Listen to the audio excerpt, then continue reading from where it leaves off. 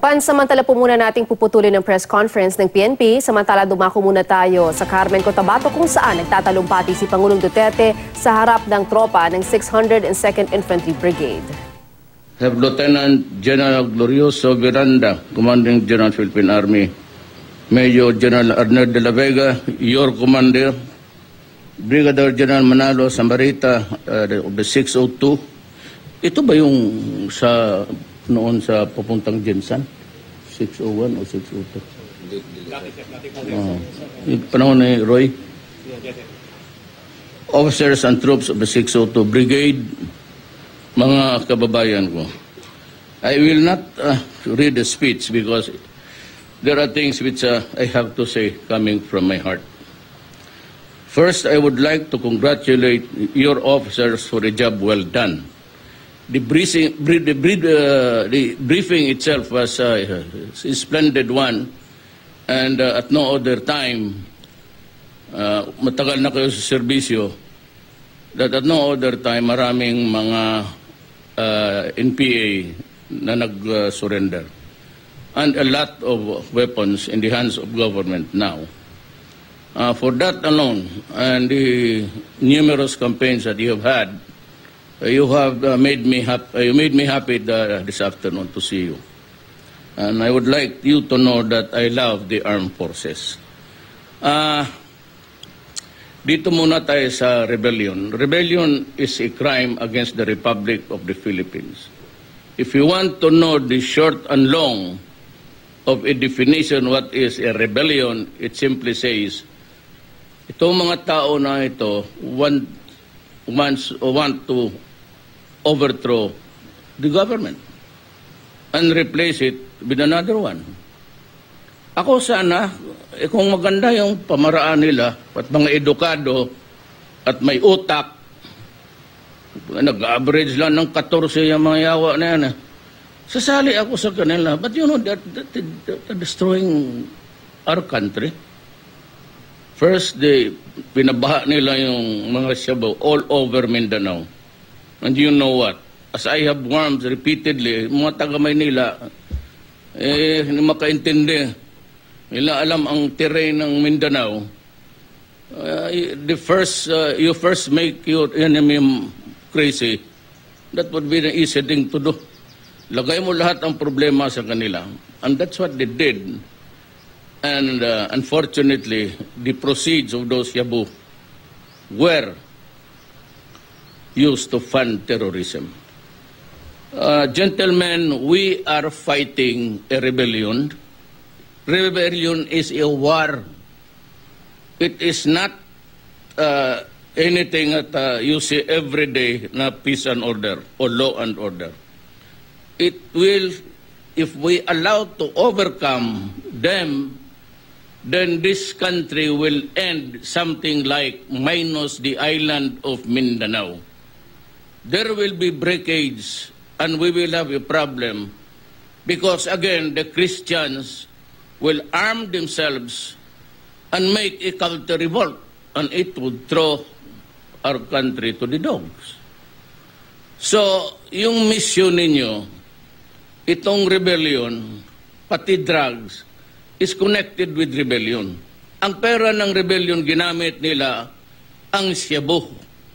And that is why I am not ordering you to an ordinary police action. I am ordering you to crush. Pulpugin mo ang kalaban natin kasi hindi ito pangkaraniwang pulis. When I say crush them, we have to destroy everything, including lives. Nagwa-warning na ako niyan, this is no joking matter itong rebellion. Pag mahina tayo dito at karaming kalaban, we are facing so many fronts. Before it was the MN, the MI, but yung kanila was for their land. Kasi bago dumating si Magellan dito, dala-dala yung Kristyanismo, Mindanao was already ahead by almost 90 years. Islam na sila. Kaya yung hindi umubra yung Spaniards, hindi umubra yung Amerikano, so they had to resort tong massacre. Kaya sila lang may photograph noon, kinuha nila, tapos din nila, nandyan sa archives yan So nakikita ngayon ng mga Moro na patong-patong yung patay, pinatong pa yung paa doon sa dibdib na kahubad na Moro lady. Kaya mainit talaga dito. Mainit dito. Ngayon ako, sabi ko, wala akong magawa except to maintain the integrity of the Republic. Nandito na tayong lahat Naintindihan ko.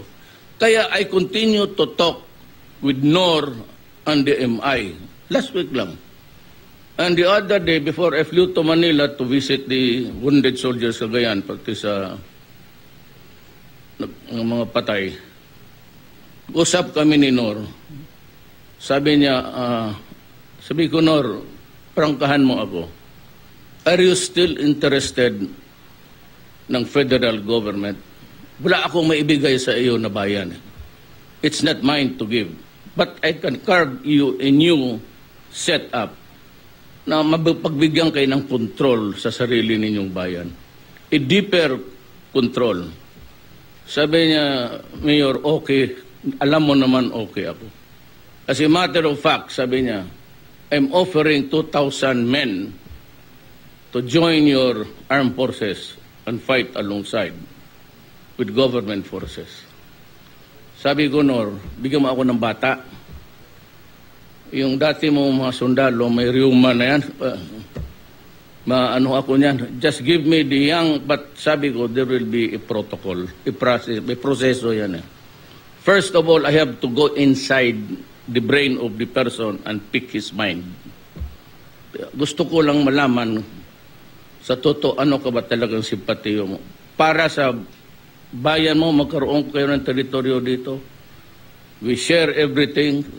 More powerful sa inyo. O gusto ninyong sumali dyan sa ISIS? Galit ako.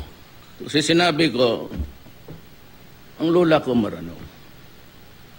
Mistisa ang nanay. Galit ako. Kaya Lanao del Sur ko napunta ka dyan. Have you been to Lake Lanao? Kagandang ko. Magtingin ako noon, high school pa kami, magbakasyon kami doon. Kaganda na lugar. Makita mo lang, it could provide a number of livelihoods dyan. Wala lang sa gobyerno Kaya kung may federal, hayaan mo sila na mag-develop. Sila yung nandyan But under the control of the Republic of the Philippines. But I will give them more elbow room naman. Kasi naman leader after leader, wala namang ginawa So, Nor offered. I accepted. But proseso yan. Marami naman tayong mga kapatid na Moro. They're doing okay.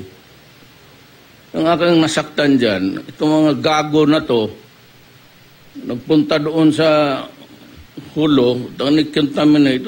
Bakit mo naman kayo pumayag papasok tomorrow sisirain ang bayan ninyo? Look what has the war resulted to. Buhay pati. I cannot stop my soldiers now. No. Ay, kasi noon, peace talks, no. Let make it public now. Tapusin natin yung tunggera na to. Inumpisahan ninyo Marami na akong patay na sundalo. Marami na akong patay na pulis. We have crossed the bridge already. Kung saan ang wala bang patay? May soldiers? Itong kada oras ito, tamaan talaga sa Marawi ngayon ang kalaban, hindi naman Maranao. Klase-klase na. And the fact, ang galit ako kasi dinala doon sa Lanao a foreign ideology. Nagpapakamatay naman yung mga Moro na kaya dyan, gamitin ninyo, ulo ninyo. Why do you allow other people to come to our country and destroy us with an ideology? May sarili namang atin. Foreign yan sa inyo. Hindi inyo yan. Galing yan Middle East. And it only means, ang avowed objective ng ISIS is to kill and destroy. Period. Kaya ako, I will destroy also and kill. Period. Tapusin natin ito. Inumpisahan ninyong putang ina. Tapusin na natin to. Walang peace talks. If it would take me 10 years to do it, I will do it. If I'm still around. If I will do it until the end of my term, I will do it. Kaya sa NPA, sabi ko, we've been fighting for 50 years. Sabi ko sa kanila noon sa panel, do you want to fight another 50 years? Ganun ang gusto ninyo? Magsabi ka, ilipo ang ceasefire. February 10. February 4, pinagpatay na ninyo ang mga sundalo ko, pati mga polis. So February 4, ang akin sabi ko, lift ko February 7. Mauna talaga ako. Just to show good faith. February 4, tinawagan ko si John Anyo. Sabi ko, sir, i-resume na natin ng away. At least makapatay sila ng isa, makapatay ako ng isa rin. Mapatayan tayo, at least may pangganti tayo. Bakit mo isispire yung yawa na yan? Wala namang kwenta pala. So yan ang ano. But you'll have that. No other time also. Na maraming surrendery ang NPA with armas. Alam ninyo yan. That is taboo. Ang natin matalagaan sa kanila mag-surrender kadalang anas. Hanapin ka talaga ng mga isparo nun. Pero nga, nagbabaan. Kayo, ang ganda ng record ninyo. So, I hope to repay your services na pinakamalaking ano ko ngayon, ang armed forces. Bagong equipment sa inyo, bago lahat. Lahat, bago. From Hulo to Cagayan. Cagayan, nag-deliver 30 million. Another 28 million to complete it. Para inyo lang yan. At saka may plano ako, I cannot talk about it because it would be lengthy. It's about a program na mga anak ninyo, either buhay o, it's not a matter kung buhay o patay, but they will have a good education. May trust fund ako running into billions. I have already targeted 20 of that. I will tell you about the mechanics later on. But hingiin ko ito sa cabinet pati sa Congress na wag ninyong pakialaman to. Because by the time I'll get out about 50, sa ano nga yan, that's about 20, so it would earn you 6 million 400. Hindi na maubos yung tuition sa mga bata. All over. Wag lang ng scholarship sa Amerika. Medyo mabibigat yan. Pero kung bright, bigyan na din ng magandang baon. Talo, scholar yan. Kayo, pupunta kayo ng Amerika, di ba? Nagtitraining kayo doon. Kung dito lang sa Pilipinas, I can always provide. But do not worry. In the meantime, na wala pa yan, sagot ko lahat yan. Ayaw kong papag-usapan kung anong ginagawa ko kasi it's about Soro. But dito sa gobyerno ko, you have the highest priority, pati police. Di talaga papayag na madihado tayo. Kaya huwag kayong matakot. Pag sabi destroy, you destroy. Yan man ang gusto nila. Sabihin lang bakit, why is the order destroy? Anak ka ng putang ina mo. I'm fighting a war here. Huwag kayong makialam. I don't care about human rights. Sige, kayo dito. Barilin ninyo kaagad. So, huwag kayong matakot magtrabaho. Kasi, ako lang kasi ang sa Constitution. I and I alone can declare martial law. Ayaw ko to. Ilang beses ninyo narinig, do not force my hand into it because I will be harsh. Ipinilit tagalin ninyo ako, di sige. So, lahat ng mangyari dito, whether nagkamali ka o tama, ako ang magsagot yan isa. I and I alone will assume full responsibility. Trabaho lang kayo. The order is to destroy the enemy. Ang durugista, same. You have to destroy the apparatus. Ang apparatus, yung mismong dyan, nagluluto, pati yung nagdi-deliver. Kasi kung walang nagluto, wala yung delivery. Pag wala naman delivery, mahirapan. Trafficking. Kaya sabi nila, binibigyan ko raw ang pulis ng pera. Totoo yan. Every command conference. Because ang hinahabol natin is trafficking. There must be buying and selling of drugs. Kaya kung wala yan, walang negosyo, that is not trafficking. Kung possession lang, bail. Kaya yan ang hinahabol ko dyan, putang, papatayin talaga kita. Bakit hindi kita patayin? Meron, isa-isa ka lang, every trip, isang sasi. Pero naka 50 kakabiyahe ang gabi-gabi na yan.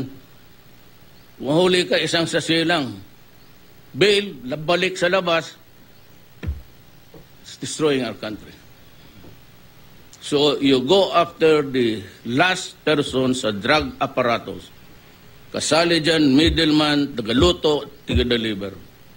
Dito sa rebellion, pag may hawak ka ng baril, hindi ka sundalo, hindi ka militar, barilin mo.